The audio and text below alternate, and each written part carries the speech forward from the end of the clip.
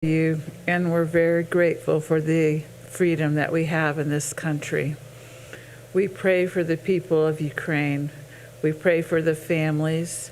We pray for their government. And we also pray for those Russian citizens who are victims of their leaders' greed.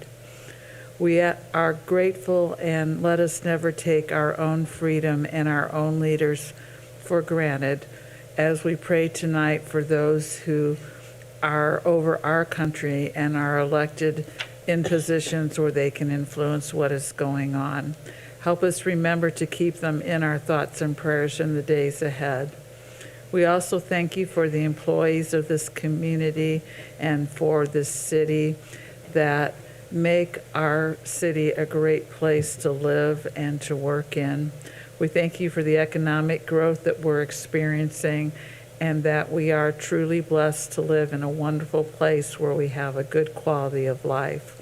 Help us as your representatives tonight on this council to make mindful decisions and to keep the welfare of all of our citizens in mind. In the name of Jesus, amen. Amen. Pledge allegiance to the flag of the United States of America and to the republic for which it stands, one nation, under God, indivisible, with liberty and justice for all.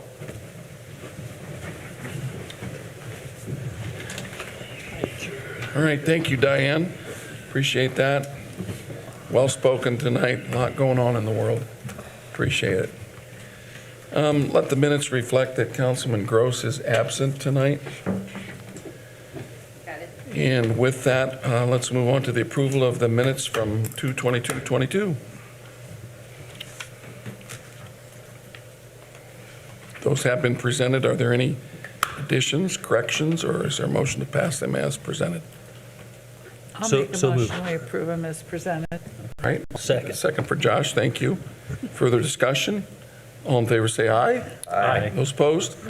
All right, thank you. Welcome to our visitors tonight. Bill, how are you? Good to see everybody. Alan. Speaking of Alan, you're up. He's back. And reports. All right, good evening. I appreciate the opportunity to be here with you this evening, to share an update from KEDCO. Really just want to perhaps share a couple of reminders of things we're working on, our priorities for this year, and just find out if there are questions that I can help, again, just to make sure we have a good I guess, awareness of some of the things we're focusing on within the organization. So I guess first and foremost, great to be back. Have been back already for 3 or 4 months. Appreciate the team that helped keep things moving while I was out. We do have a team of 8 of us now, 9 of us. So it's a lot of work. It takes many hands, but they were able to keep things moving. And of course, appreciate the city's steadfast support for our economic development efforts. Goes without saying, the city, the county, the towns that are invested in KEDCO, and then the private sector investors, it takes all hands to make this thing go. And so we've seen some great announcements recently of companies in the area making moves. You see companies are hiring, companies have new ownerships, new partnerships. I think it speaks to the ongoing investments we all have made in building the community and making sure we have a very competitive community. And so also speaks to the opportunities ahead of us, though, to keep things moving. So you think about economic development, usually we talk about jobs and investments and average wages. I'm hedging a little bit because our 2021 annual report is about a week away. We don't have that ready to share yet.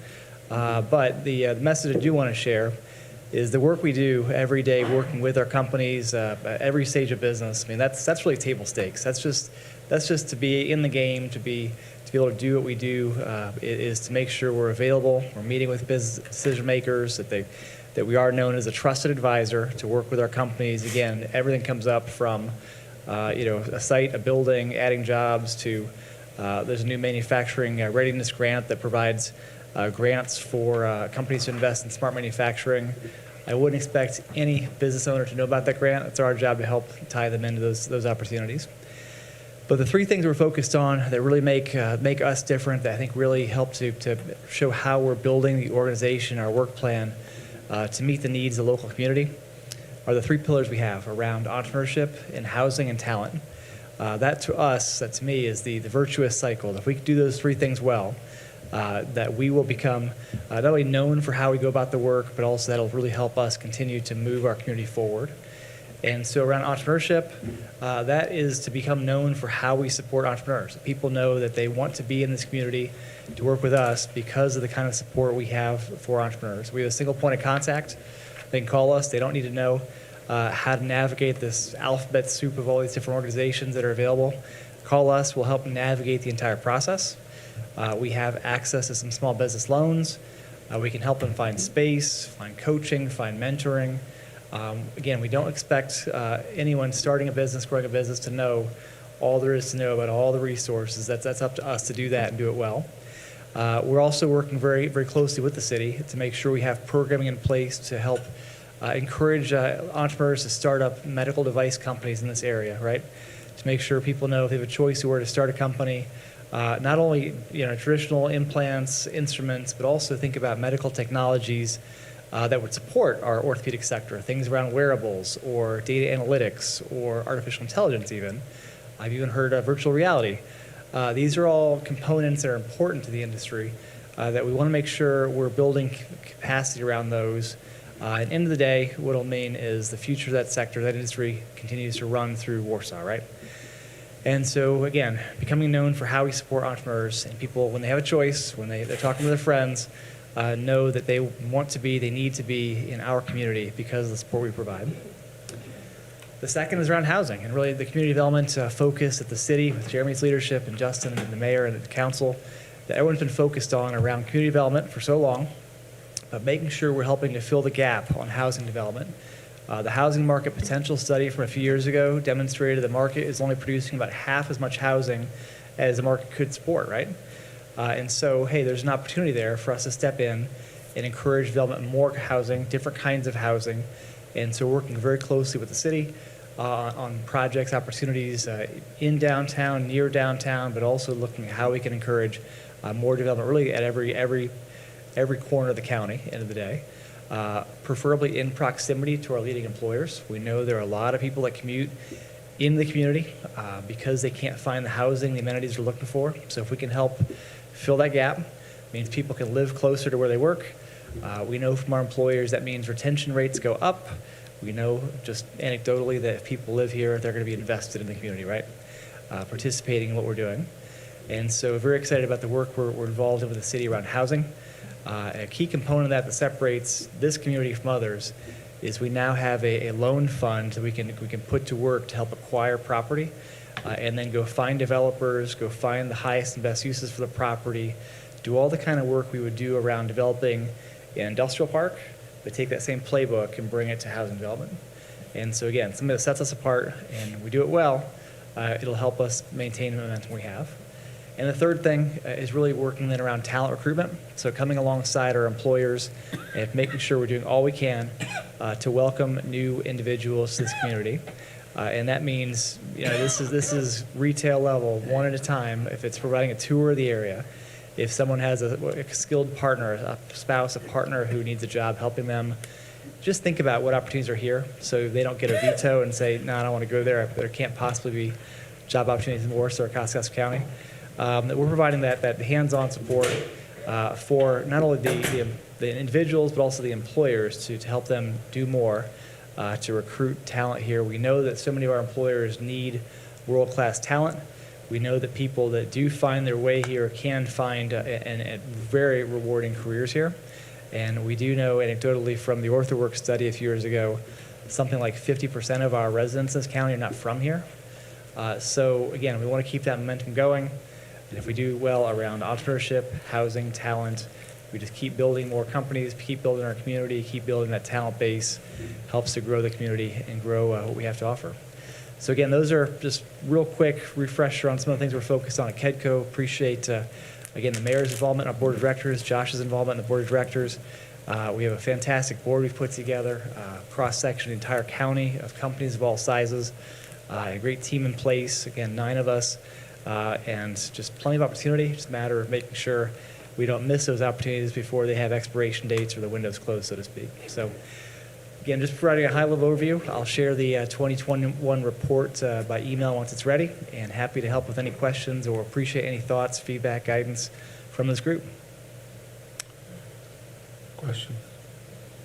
Alan, thank you. We're very lucky to have you in the position you're in. You understand how economic development works in this day and age, and it's a whole lot different than it was even 5 years ago. And keeping up with it is important, and you do a great job. We're thankful that we have such a great relationship and work well with you, and that's what's most important. That's, I think, what speaks to a lot of our success is that we know what we need to do in this community, and we work together to get it done. So thank you very much. Thank you. All right, so we'll expect you back when the report's done. All right, you got it. Thank you again. All right, Alan, thank you. All right, Lynn has presented the February fund report. Are there any questions? Or Lynn, any comments? Sirens went off just in time. Just in time. No, I don't have any comments. All right. All right, well, thank you for that report. Let's move into unfinished business. Item number 1. This is a second reading. It's a petition for voluntary annexation. You'll remember last month at the public hearing, we approved after the public hearing on first reading this annexation. Jeremy, this is the Granite Ridge annexation. Yeah, I don't know that there's a whole lot more for me to add, other than this will be the second reading. If you were to approve it tonight, it would get advertised in the paper and recorded, and then take effect after that. Obviously, it's one of the housing developments we've been working on for the last 6 months. We're hoping the engineering will be done in the next month and a half, and we'll go out to bid this year to construct that sanitary sewer system that will support this residential development. Questions? Jeremy, I know you've addressed this before, and this is just an easy question for you, I'm sure. When a property is brought into the city, it's supposed to be brought in from a zoning standpoint at the zoning that it was closest to as a county. So when I assume this is agriculture out here, and it'll just, since the city doesn't have agriculture, it just comes in at the discretion of the Plan Commission? Is that how that works? Yeah, well, as from our discretion, we would match it with the most comparable, which in our case is R1. So it will come in as R1. If they were to request something else, that would be covered in the public hearing portion.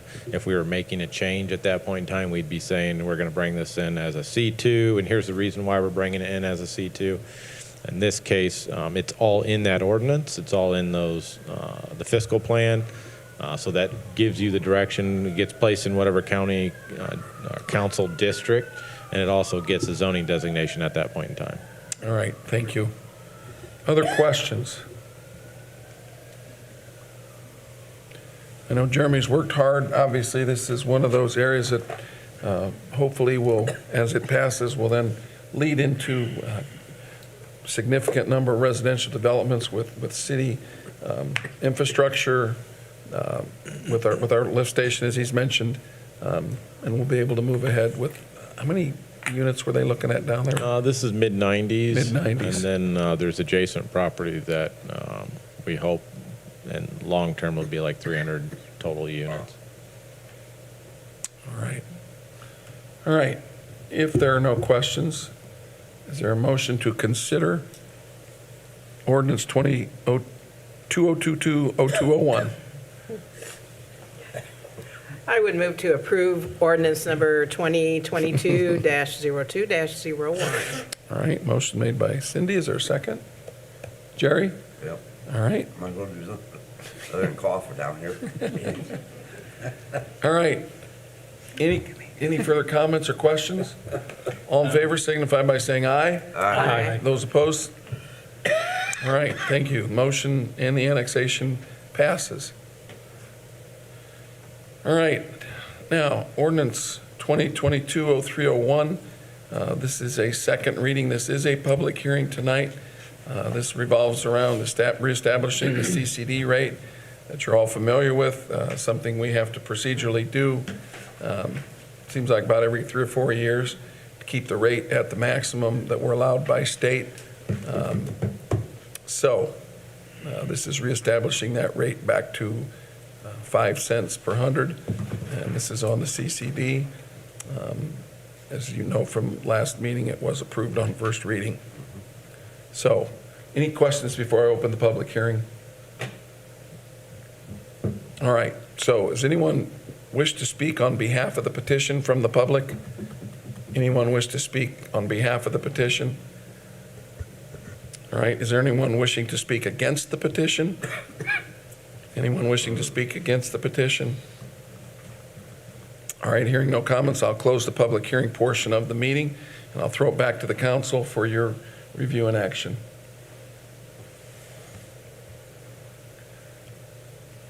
If there are no questions, Mr. Mayor, I would move that we approve ordinance 2022-0301. All right, motion made by Jack. Is there a second? I'll second that. Second by Cindy. Further discussion, comments, questions? Mayor, I think it might be worth just noting briefly what the money is used for. A lot of people out there might not know. The CCD is primarily used for stormwater projects, and there is some component of repair, road and curb repair when one of those projects messes up the curbs and the streets, but the majority of it is used for stormwater repairs. Thanks, Mike. That's probably not a bad thing to get out there. All right. All in favor, say aye. Aye. Those opposed? All right, ordinance 2022-0301 passes on second reading and is hereby enacted. Sort of. Ish. Ish. You guys did your part, now it's all up to the DLGF for me to do the rest. You've done your part, you heard. Well, let's move on then to ordinance 2022-0302, which is a similar second reading, also public hearing on the reestablishment of the fire equipment replacement rate. Again, that rate, we are allowed, I think, 3 1/3 cents per 100 assessed value. That money is obviously used for capital improvements in the fire equipment, large purchases, if you will. So, and again, that was approved on first reading. So I'll ask if there's any comments or questions before I open discussion up to the public. Hearing none, I will open the public hearing on ordinance 2022-0302 and ask if there's anyone who wishes to speak on behalf of the petition regarding the reestablishment of the fire territory equipment replacement rate. Anyone wishing to speak on behalf of the petition? Okay. Is there anyone wishing to speak against the petition? Anyone wishing to speak against the petition? All right, hearing none, I will close the public hearing portion of the meeting and again, refer back to the council for any final questions or action on ordinance 2022-0302.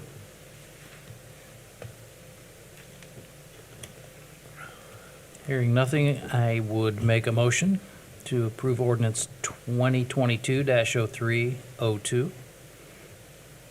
Motion by Mike, is there a second? I'll second. Second by Josh, all right. Again, any final comments or questions before we vote? All right, hearing none, all in favor say aye. Aye. Those opposed? All right, thank you.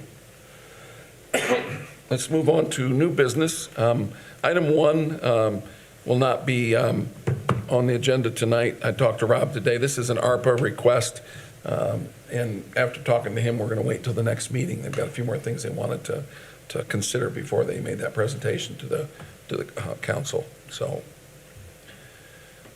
item 2 would be a conflict of interest statement acknowledging Dustin Dillon, Public Works Superintendent. He lists his annual disclosure. So just, I'd ask to vote to accept that. All in favor, say aye. Aye. All right, thank you. Any opposed? All right, item 3 is a tax abatement request. Jeremy, I'm going to have you come up and follow this up. Yeah, so the last meeting, you approved the non-compliance waiver. What you have before you now is the actual CF1 for last year's taxes. Like I said before, they had completed the project and it had a partial assessment on it. So they're asking that we completed that non-compliance waiver, and then they've submitted this CF1. If you approve it, then it'll get submitted to the county so that they can give those taxes off of this year's taxes due this year. All right, Questions? Did you say they are in substantial compliance? Yeah, obviously the building's built. This is purely a real estate project. Obviously, there's no employees associated with this. It was, and typically with these affordable housing developments, we get credits towards the grants for money that the city participates in. So when we do tax abatements, we also waive sewer fees and building permit fees. When we waive those fees, that gets accumulated into how we're contributing to the project, and you're awarded points based on that. Those points go to a ranking system, so the more points we have, the more likely we are to get those housing projects.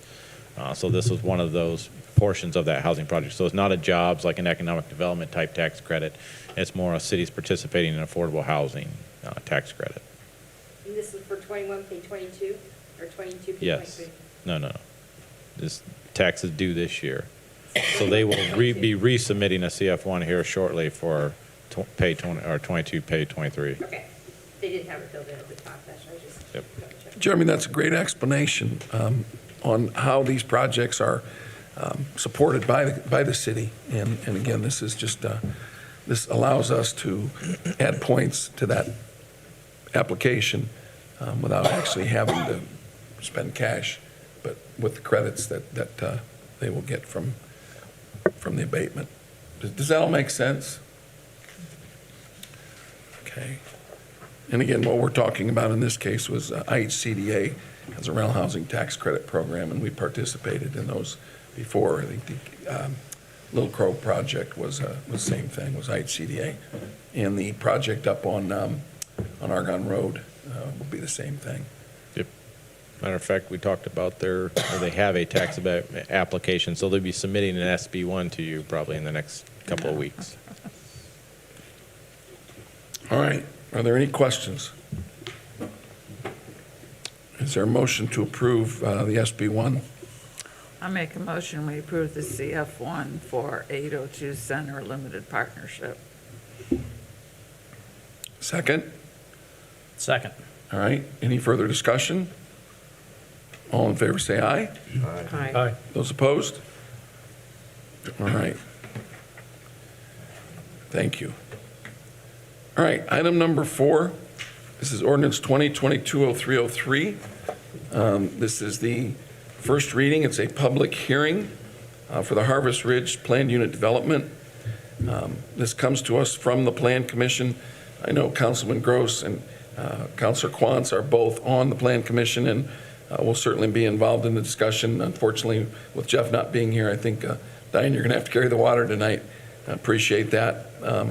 I know, Justin, you've taken this project through the process, so I'll turn it over to you to ask the council to understand what's being asked of them tonight, take their questions, and then we'll open the floor up for a public hearing. Great. So yes, as Joe mentioned, we've submitted ordinance number 2022-0303 for the Harvest Ridge Planned Unit Development. This is a zoning amendment request, and it would create a new planned unit development just to the east of Menards. The intent of creating a planned unit development, or a PUD, is to offer more flexibility to developers to construct a variety of housing types and housing densities, while fostering good environmental design practices. The petitioner wishes to subdivide 30.5 acres into 91 lots containing a mix of detached single-family residential units and attached zero-lot line single-family residential units. This PUD ordinance comes with a favorable recommendation from the Plan Commission. As Alan mentioned in his presentation, there is a shortage of housing. The ability to create PUDs is one tool that the city has to adapt to these changing markets, changing needs from developers. So we are lucky to have this tool built into our ordinance already. You have seen a few of these in the last few years, but just as a reminder, tonight with this PUD ordinance request, you have 3 options available to you. You can approve the ordinance in general terms and retain that secondary approval in detailed terms as a council. The second option would be to approve the PUD ordinance in general terms and then delegate that secondary review process to the Plan Commission. The third option would be to deny the request or table it for more information. So with that, I'll allow you guys to, if you have any questions specific to me, I would be happy to answer those. And Justin, just for clarification, tonight's the first reading, and it would be whatever you all decide in general terms if you approve it. The second reading is actually the secondary review, and whether that's at the council or the Plan Commission level, that serves as the second approval of the ordinance. So you will only see this if you send this back to the council, to the Plan Commission for secondary review. This will be your only chance to weigh in on this. So I just wanted you to understand that just because it's first reading typically means you'll see it again on second. And there's a chance you may not, depending on how you decide to follow through with this. So, questions? I know, Diane, I don't know if you want to just wait till we start the hearing, or if you have anything you want to say from the Plan Commission, or maybe respond to other councilmen's questions and answers, or... I would like to make a statement. The Plan Commission did not give unconditional approval to this. We gave approval if they would establish a green buffer between the development and Menards. So if you go to the very last page of your information that you received, and you'll see basically a green and white drawing. And in kind of the center there, a little bit toward the left, you'll see the boundary between Menards and this development. And you'll see little green circles. And those are the trees that that Menards agreed to put in there. So initially we had several residents from Patterson Place come, and we were very appreciative that they did come and explain to us that right now there's an existing woodlands that blocks their view and the noise from Menards. But when the development takes place, many of those trees will have to be taken out. And while Menards met the letter of the law by having a fence, a boundary between those, it did not break up that sight line or the noise from there. So we went back to the developer and asked them to put into this plan an actual green buffer so that it would help with that issue. And I also noticed on this that they've apparently left some of the green buffer between the homes and the lots that are directly adjacent to them on Lydia Drive there on Patterson Place. So again, we cannot require when residential backs up to residential that they create a buffer, but we can require that when residential backs up to commercial, that there be some type of buffer there. And so that's what we requested, and they complied with that. They also, before we had to ask, put in the initial plan a good amount of green space that could be then developed for use for the residents to provide space.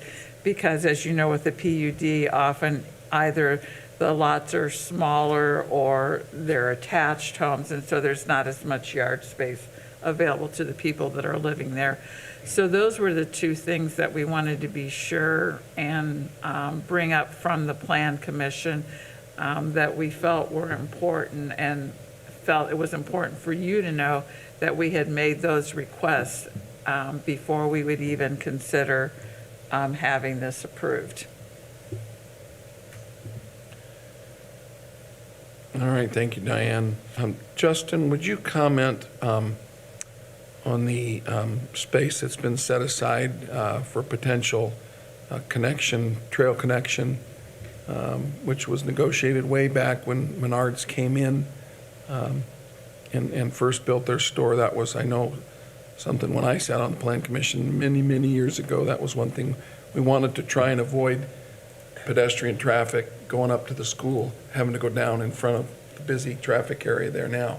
And we asked that they put a connection somehow when this came to fruition, when there was a street plan laid out, that there would be a connection up to Patterson Road, potentially connecting the subdivisions in that area. And I know you all looked into that and found that that was indeed part of the original agreement. So if you could point that out. Yeah, thanks for bringing that up, Joe. I've got a smaller plan here, but the cul-de-sac, that's the longest stretch there. It's the farthest to the west of the property. If you would just extend a line from the bottom of that directly south, that's where that location of that easement is. We did have them place that easement into the drawing just to allow us the ability to add that trail later. As Joe mentioned, it does create some great connections for the school to the north. So we really wanted to see that in there for walkability. The neighborhood will have sidewalks as well, so it'll tie in nicely to the rest of the neighborhood. So hopefully you all can see that. I'll draw a line on my sheet here. I know these drawings are tiny, but that directly to the south of that cul-de-sac will be a trail spur that we can have later. So it doesn't show the easement on this. It is on the drawing. It's just a small version of it. I have a larger printout in the back, but they did put the easement in as Okay, requested. great. All right, other questions? I wanted to point out on the ordinance, just for clarification, there's a small typo. The last page, I think a signature block got copied over from an older form showing Tom Neeser prepared the Just saw instrument. that. I know that wasn't prepared by Tom. It was prepared by Nick Brenner, who's the corporate counsel for Menards. And I think that was just an oversight on copying over the signature page, that last signature page from a different document. But we will correct that, and it should say that it was prepared by Nick Brenner, who's the corporate counsel for Menards. Tom Neeser had nothing to do with this particular document. Thank you. All right. Any further questions of Justin? This was approved at the Plan Commission level, as Diane mentioned, with some conditions that appear to have been met. So that's why it's now being sent. Yes. The only question I would have is, I guess, directed to Councilor Quantz is, we have 3 options as a council. Do you have a preference how the Plan Commission would like us to proceed? I have an opinion, but I'd like to hear what you The think. Plan Commission would prefer that it would be sent back to the Plan Commission so that we can keep a very close eye on how this develops.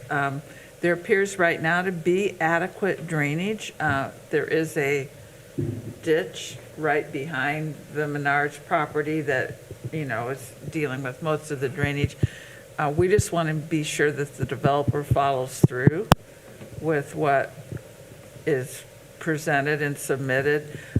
We also have the expertise on Plan Commission with some people with a number of years, but also being on Plan Commission because of their background, and then having the city engineer sitting on Plan Commission, that we can really keep a close eye on things like that. So we would like to have it sent back to Plan Commission for secondary review so that we make sure that it is built the way it needs to be. Just to refresh my memory then, when this has come up before, I think we have gone with option 2, have we not? Yes. Yeah. With the Gateway, you did that, and with the Greenbrier. I think the fact that it's offered in the ordinance, the way the statute was written, that they probably would try and assume that the Plan Commission would want to make the final or secondary review, if you will, by just giving that option. So Right. I understand what you're saying, Mike, and I think we can have that discussion along the way. So, anything else, Justin? No, I do have Nick Brenner on the phone. He's the representative from Menards for whenever you guys are ready. Hopefully we can make this work, but yeah, he's remote today, so if you have any questions for him. All right. All right, well, let's open the public hearing portion of the meeting. First of all, I'll ask if there's anyone here wishing to speak on behalf of or in favor of the petition. Nick, are you there? Yep, I'm here. Were you able, would you like to speak in favor of the petition? Sure. Yeah, can't hear a lot of people too well, but I can hear you perfectly fine. But Nick Brunner, representative with Menards, 5101 Menards Drive, Wisconsin. If there's any questions for me, I'd be happy to answer them. Really appreciate the opportunity to present this PUD. It opens a lot of flexibility for housing types. This is, we've done a handful of residential subdivisions throughout the Midwest, and this flexibility in housing has proven to be fantastic. You really can, cater to a variety of different people, different income levels, different, just spots in their lives. So it's a really positive thing. We're excited to do it. That's the reason why we're replanning this and going through this process. We're excited to be here, and we're hoping that everyone likes the plan, and we have any questions. All right, any questions from the council? All right. Is there anyone else wishing to speak on behalf of the petition, in favor of the petition? All right, is there anyone wishing to speak in opposition to the petition ordinance 2022-0303? Hi, Bill, you want to come up and state your name and your objections? My name is Bill Hartman.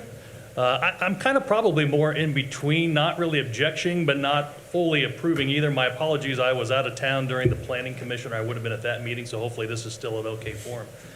I haven't heard, or I was wanting more detail around the far eastern side of the property. There is approximately a 9-acre wetland area between that property that also then that wetland comes into my property as well. And as I'm still okay with the development of this, I want to be crystal clear. I want it to be developed in a responsible fashion. I've been told by some council members that the city wants to preserve those wetlands, and I'm fully supporting of that. But I'm just seeking out more detailed information as to the development's plans around those wetlands, and indeed that they are not going to environmentally impact those wetlands. Okay. So I have more questions than comments at this point. Okay, do you have any other questions? No, not until That's maybe the there's main. some response right there. So. You want to respond to that, Justin?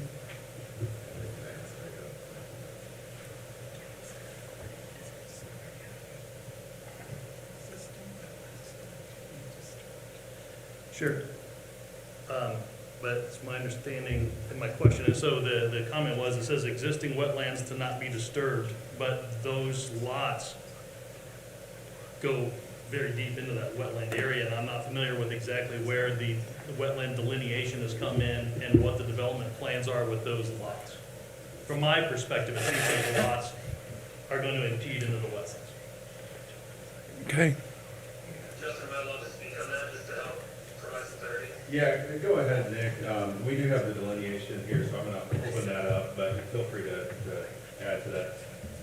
Yeah, absolutely. So we did a wetland delineation this fall, prior to when the growing season ended. We were not touching it, we were staying out of it. We were not on any part of any It's sort the of wetlands, and I assume delineation. that's the So we walking are path. staying out of that. We're saving a bunch of trees on the eastern edge around the wetland. So Well, that I think it's probably going to come this way and go up to the school. and I did attach or did send an exhibit last week that shows that as well. So hopefully you have that. You can I'm take a not look, sure showing what's that down we are here. shooting also. Yes, the lots extending to So the people wetland, could but go that is only to there, I essentially be able suppose, to and transfer get on that the land to road, someone instead of just go up to having the school. a piece out there with Maybe you should ask or that, shift forever. probably. So we're essentially just pushing them in the lots. There's a wetland boundary. We're staying out of it. The homeowner should be staying out of it. Should not be impacted.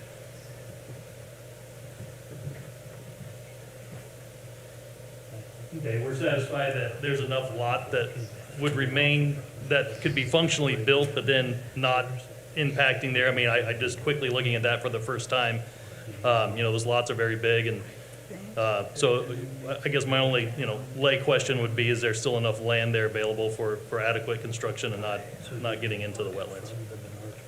Yes, they're the same size box as all the other lots in the subdivision that's been on there, so there will be enough room, before you hit, the wetland boundaries, and there's still room between the wetland boundary and the house, to take some different trees, there's plenty of room to set a house. Perfect. Appreciate that, thank you.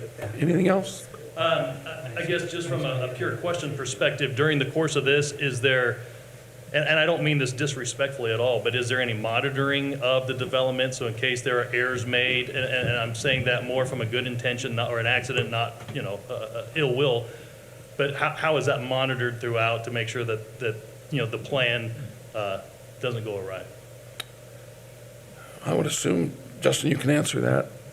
Yeah, we do have city staff that it's their job to monitor violations to runoff and these sorts of things. So Rule 5, and each developer would submit what's called a SWIP. Stormwater management practices are all contained within those documents. So they are required to adhere to those rules. And we do check on them. These homes are all surveyed and staked, so their location on those lots is known. I suppose someone could err and move the house a little bit, but I don't see the location of those houses varying from the surveying that is required. Yeah, and IDIM does monitor these wetlands closely. The developer's working with IDIM on this project, so if you do encroach on those wetlands, IDIM will come down on you as a developer. So there's several different levels of fail-safes as far as protecting those wetlands. So. And then the second set of plans will be much more detailed and will show exactly where all the utility lines are running, where the drainage is running, where the sewer lines are running, where the electricity is going to be, where the sidewalks are going to be, all those things, which that is what Plan Commission wants to keep an eye on. And before it's approved at the second reading. They just normally don't go into that level of detail yet because it costs a lot of money to do all that engineering to do that until they know that it's going to be approved and they're going to be able to go ahead with it. But there will be a very detailed plan, and you can either come to Plan Commission to see that, but you can always see it up in the planning office once they submit it. You can go up and look at it, so you have plenty of time to look at it and ask questions of Justin or other people up there too before you even get to another Plan Commission meeting. All right, thank you. Is there anyone else that wishes to speak in opposition to the ordinance or the petition? Or somewhere in the middle? All right, hearing none, I will close the public hearing portion of the meeting and again, turn it back to the council. And I know Bill had some good questions and hopefully the answers were good enough for you all to understand the process and make a decision on whether or not, this is the way you want to head. The second part of that, obviously, is if you want to send the secondary review back to the Plan Commission or keep it here amongst the council. And that's, I think, the motion on this ordinance needs to reflect that. So whoever makes the motion should make that a part of their motion. Okay, I make a motion that we approve ordinance 2022-0303 with the secondary approval going back to Plan Commission. Okay, motion made by Diane, taking option number 2 as presented in the memo provided by the city planner. And that's to approve the ordinance in general terms tonight and then delegate the secondary detailed review back to the commission. Is there a second? I will second that. Seconded by Cindy. All right. Any further questions, comments of the petitioner or of Justin? I do have a question. I had somebody from First Baptist Church reach out to me, and they were wondering about the walking path and where that was going to be located. So it took me a minute, which is why I'm asking my question late here. By approving this tonight and then assuming it gets approved by the Planning Commission, does that finalize, is the path a kind of a separate entity within the plans of this PUD, or is this kind of all getting approved at once, I guess? So the easement will be delegated. Part of our agreement with Menards was that they had to provide an access for a path in the future. We have not negotiated an easement with the church, but we did with Menards. So Menards is providing us the easement, the connectivity point. We would have to go to the church and discuss with them. Now, we did have discussions 12 years, however long ago it's been, with the church at that time, and they seemed like they were favorable to it, but we would have to go back at this Yeah, point, obviously, okay. and have a new discussion with them. Okay, so it's kind of one before the other, obviously, and it's kind of cross the bridge when you get to it. Yes. So, okay. Yeah, the thinking at the time was we would need that to be able to even go to the church. Sure. The idea was make sure that up front they knew that that's what we wanted. The location is kind of sets what you're saying, that it'll probably be in that vicinity Yeah. there. But the idea tonight, as Jeremy said, is just to make sure that if we can get to that point, we got a shot to the road. Makes sense. Yeah, it kind of runs, when we were setting this up years ago, it kind of runs on their kind of east property line. So that's kind of where we would talk to them about seeing if we could get an easement to run a sidewalk down and connect other subdivisions in that area. Sure, okay, thanks. All right, any other questions? Yeah, I've got a question. How many people are on the plan? Is it 10? On the Plan Commission? Yeah. 9. 9? 9? Yep. And that's probably the one reason why I support this going back to the Plan Commission for second reading. I'd rather see 9 people whose specialty is to look at this, actually look at that second reading, rather than 2 who specialize in it and the rest of us. So because of that, I would be in support of this as well. All right, thanks, Jack. Any further comments, questions, opinions? All right, all in favor say aye. Aye. Those opposed? All right. So the Plan Commission will be getting this back for secondary review. Thank you all. Justin, thank you. Appreciate it. Jeremy, thank you for your help tonight as well. Bill, thanks for coming in. I sure appreciate it. Say hi to Huckleberry. All right. Our last new item of the evening is the Hr Ordinance 2022-0304. This is the 2022 Employee Handbook. HR Director Jennifer Whitaker is here tonight, and she has worked hard to go through and keep up with the changes in the city, the employment law changes, and the holiday changes, and things that just need to be updated. Jennifer, when was the last time this was updated? We actually, the last time that we adopted a full book was 2015. However, we've had 4 amendments to that book. But just because of other updates that we really needed to put eyeballs on and look at it, it was time just to get a brand new one. Okay. Tie it all together. All right. Now, you did send out a copy of that. I did. A I week sent it out about a month ago, Okay. the first one, and then a couple weeks ago, or maybe last week, I sent an email with the full book with a couple changes, language, had some new eyeballs put on it, and it was good changes. And so this is the final one. I think we're ready to go. All right. So, questions? I think you might also want to add that it's been reviewed by the attorney. It has. Employment law attorney, the gentleman that I work with, Joe Pettigrove, down in Indianapolis, he spent a lot of time going over and researching our codes and everything, and found that we had an NDOT update with the ethics portion, drug and alcohol with DOT, Department of Transportation. So we were able to get those updated this time too. Jennifer also mentioned Jim Hamilton, Bo's attorney, who works on the medical trust side, because there's some changes in here with regards to health insurance. Correct. We added language for retiree in there, in our handbook. It's in our, what they call the big book for medical insurance, but we never had it in our policy books, and so we put that in our books. All right. What page is that on, do you know, off the top of your head, Jennifer? I don't know, maybe 35, maybe 33, 35, something like that.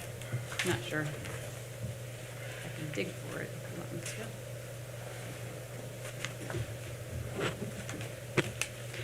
to. Questions? I do have one question. On page 11, other issues or concerns, it kind of deals with, you know, if an employee has an issue, they should discuss it with their department head. I guess my question is, if their issue is with the department head and they don't feel that they can discuss it, do they then go to human resources? They absolutely do that, and they can do that. Okay. Mayor Talmer also has a very open door, and he's worked very well with the employees. A lot of times it's just communication, hey, I don't understand what happened or what needs to happen, and we really don't get complaints about that, but yes. We did change the language a little bit for the elected officials too. The old policy did refer to if employees had concerns about elected officials, that they would go to the city attorney, and so what we did is that we put another step, another layer in there before going directly to the attorney, so that I maybe could help them understand, or just clarification before that happens. Yeah, but. Thank you. I've been here a long time and never heard a complaint, so. All right. Others? I guess the only other thing I'd add is just that before it came to you guys a month ago, Cindy and Jeff and I on the Wage and Salary Committee went over it Yes. in some detail. So there's some changes were made then, and then all the department heads have also reviewed it now. And a couple of them had some good Suggestions. caught a couple whatever. little things that we didn't catch, and so, And our payroll clerk, she was able to help me with some language. There's there's some policies in here that we would always get questions on, and when I was getting this ready, she's like, Jen, remember, we always answered this question, so we cleaned that language up. It was on bereavement.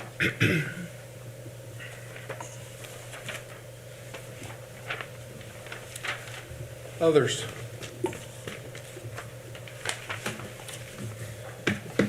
All right. Well, this would involve 2 readings, of course, being an ordinance.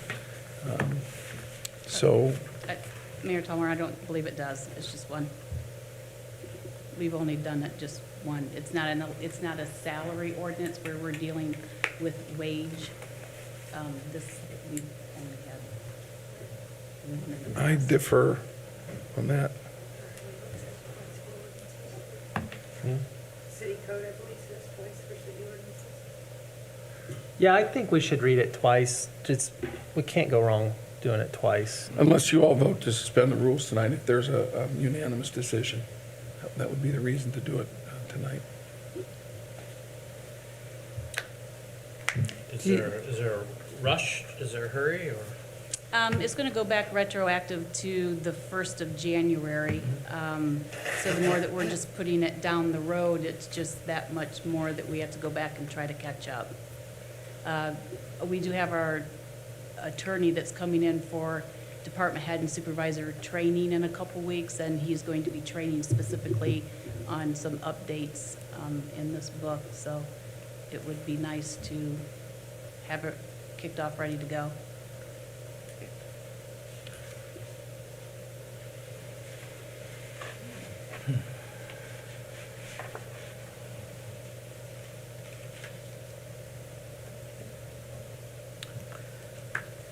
well, we need to get through the first approval first, right? Yes.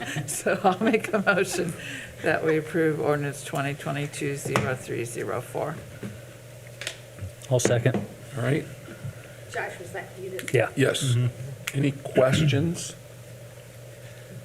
of Jennifer? Or discussion? All right, all in favor, say aye. Aye. Those opposed? All right, it does pass unanimously, 6-0. So if you would desire to suspend the rules to vote tonight on second reading, that would be up to you.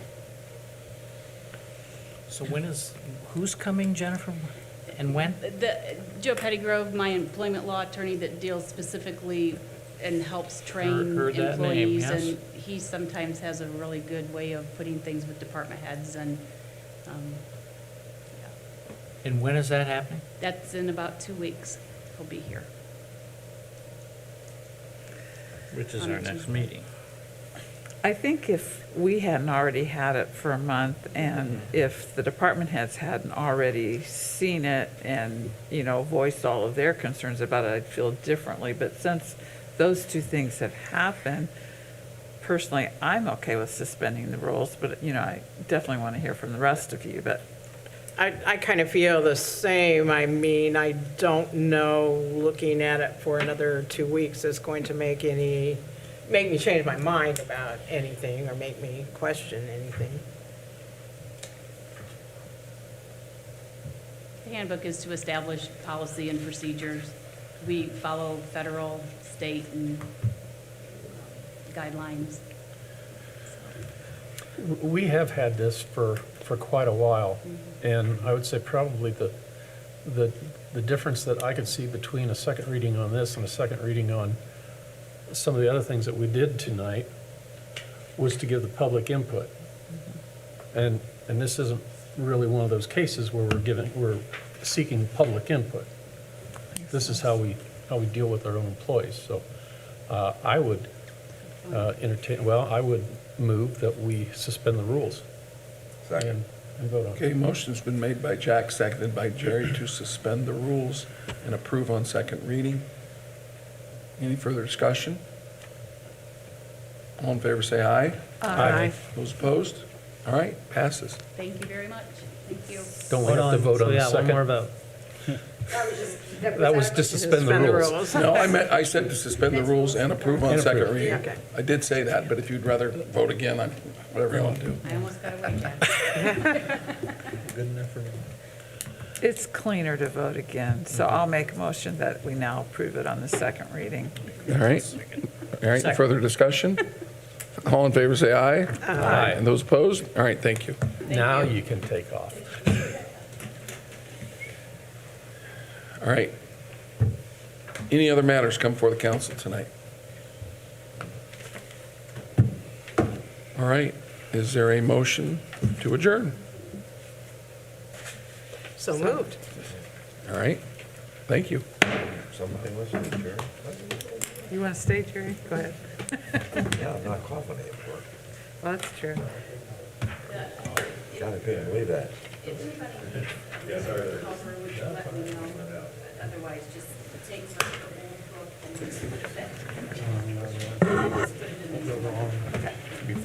Thank you.